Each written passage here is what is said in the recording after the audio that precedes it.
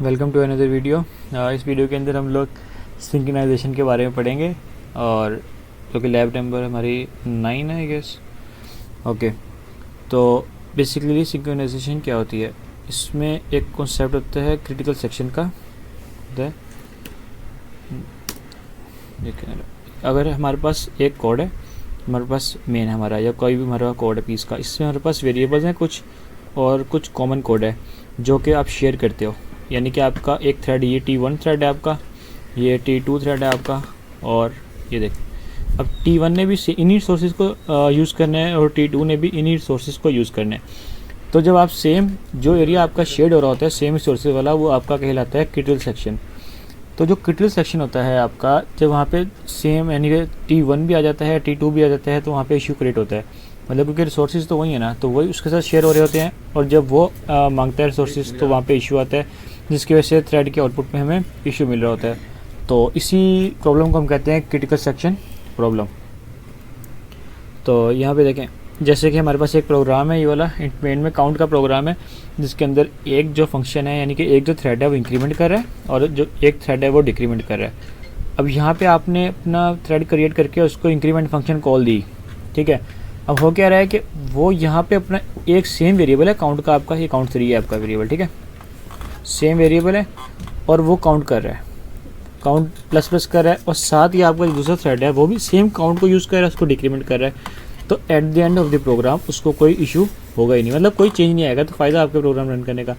तो हमने बेसिकली ये काम करना है, सिंक्रोनाइजेशन ऐसे करना है, इन दोनों को ऐसे सिंक्रोनाइज करना है कि जब ये यूज़ कर रहा हो तब ये उसको यूज़ ना करे, या फिर जब ये यूज़ कर रहा हो तो ये उसको यूज़ ना करे, या और भी पॉसिबल सोल्यूशन इसके हो सकते हैं, ठीक है।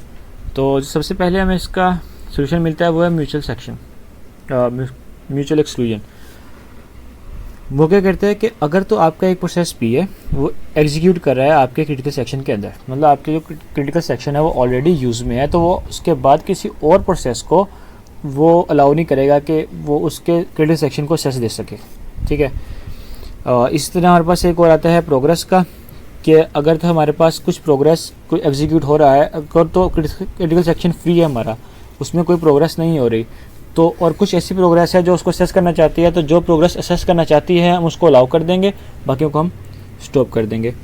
और थर्ड है हमारे पास बाउंडेड वेटिंग। इसमें क्या होता है कि हम टाइम बाउंड कर देते हैं, ठीक है, कि मतलब हमने एक को बाउंड कर दिया कि ये जो प्रोसेस है यानी कि T1 जो है, ये T1 प्रोसेस है, इसको हमने अलाउ कर दिया 5 सेकेंड, कि 5 सेकेंड के लिए रिसोर्सेज को शेयर करे देन वापस आ जाए। देन T2 को अलाउ करना है हमने, इसको अलाउ कर दिया हमने 10 सेकेंड के लिए।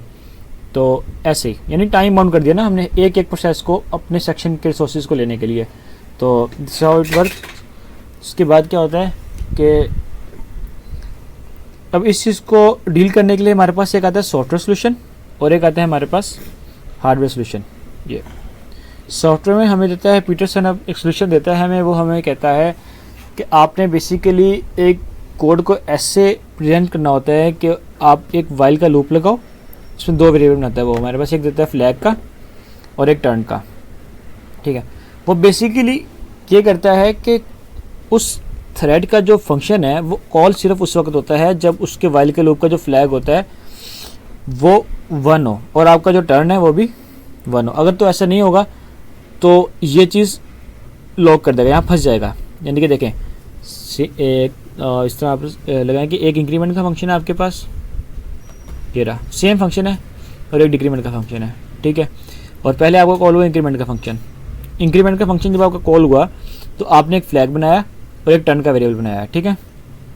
अब आपने क्या किया कि आपने वाइल लूप लगाया, यहाँ पे आपने फ्लैग 0 को 1 कर दिया और टर्न को भी 1 कर दिया। आपने कहा कि अगर तो फ्लैग 1 जो सा है वो 1 हो और टर्न जो सा है वो इक्वल हो 1, अगर ये ट्रू हो जाए तो जो वाइल का लूप है वो यहाँ फंस जाए, तो यहाँ वो चलता रहेगा। लेकिन ऐसा नहीं हुआ क्योंकि फ्लैग 1 हमारे पास 1 या 0 है, ये देखें यहाँ पे, ठीक है। तो वो यहाँ फंसेगा नहीं बल्कि इससे बाहर आ जाएगा, काउंट प्लस प्लस करेगा और फ्लैग 0 को 0 कर देगा। नेक्स्ट आइट्रेशन के अंदर वो क्या करेगा, फ्लैग 0 हो गया, अब वो चेक करेगा कि अब चलता रहेगा यहाँ बल्कि नहीं चलता रहेगा, ठीक है। उसके बाद ये बाहर आएगा, अब ये वाला लूप चलेगा। इसमें क्या हुआ, क्योंकि फ्लैग 0 ऑलरेडी 1 है ये देखें फ्लैग 0 ऑलरेडी 1 है और ये टर्न भी 0 है, टर्न यहाँ 0 हो गया है, ये कंडीशन ट्रू होगी।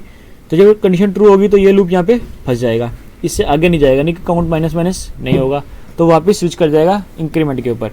तो इस तरह आप एक प्ले करते हो उसके साथ, और उस प्ले के अंदर आप उनको अपने हिसाब से डील करते हो, यानी कि आप फिर इंक्रीमेंट पहले चलता रहेगा, फिर देन डिक्रीमेंट का आप जिस वे में अलाउ करना है उस वे में अलाउ होता जाएगा। तो ये था इसका सॉफ्टवेयर सोल्यूशन। इसका कोड इधर ही है, आपको इसके डिस्क्रिप्शन में फाइल प्लॉट मिल जाएगी। उसके बाद आता है यहाँ पर हार्डवेयर सोल्यूशन। अब हार्डवेयर क्या कहता है? हार्डवेयर कहता है कि जब आपने एक ये आपके पास सोर्स है, म्यूचुअल सोर्स, ये T1 है, ये T2 है, आपने T1 से जो है वो इसको यूज़ करा है। अब जब T2 ने यूज़ करना है ना इसको, तो वो एक ना इंटरप्ट कॉल करेगा, मतलब डायरेक्ट जाके यूँ नहीं करेगा कि मैंने ये चीज़ ये यूज़ करनी है, उनको सेस करना शुरू करेगा। वो एक इंटरप्ट कॉल करता है OS के ऊपर कि भाई ये इंटरप्ट आई है, अब मुझे इसका सोल्यूशन चाहिए। तो यहाँ पे वो क्या करते हैं हार्डवेयर में कि आप इंटरप्ट को असेंबली लैंग्वेज के ज़रिए इंटरप्ट क्लोज कर देते हो, यानी कि आप क्लियर कर देते हो। कैरी फ्लैग, जब कोई फंक्शन कॉल होता है ना तो उसका कैरी फ्लैग होता है 1, ठीक है, फंक्शन की वजह से कि आपके पास कुछ कैरी हुआ है।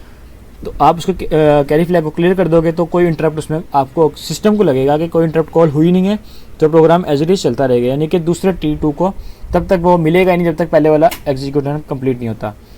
मतलब ये जो इंटरप्ट कॉल करता है ये वाली, इसको आप कर देते हो क्लोज, ठीक है। जब आप इसको क्लोज करते हो तो तब तक ये टर्मिनेट नहीं होता, तब तक एग्जीक्यूट होता है। देन जब ये एग्जीक्यूट होना ख़त्म हो जाता है या टर्मिनेट हो जाता है, फिर T2 जो से अपना फंक्शन या अपना वर्क करता है। तो ये इसका हार्डवेयर सोल्यूशन है। तो इसको अगर आप असेंबली से करना चाहें तो इसका कंपेरिजन सेट से होता है, ये देखें, और इसकी फ़ाइल भी आपको उसमें मिल जाएगी डिस्क्रिप्शन के अंदर। Thank you.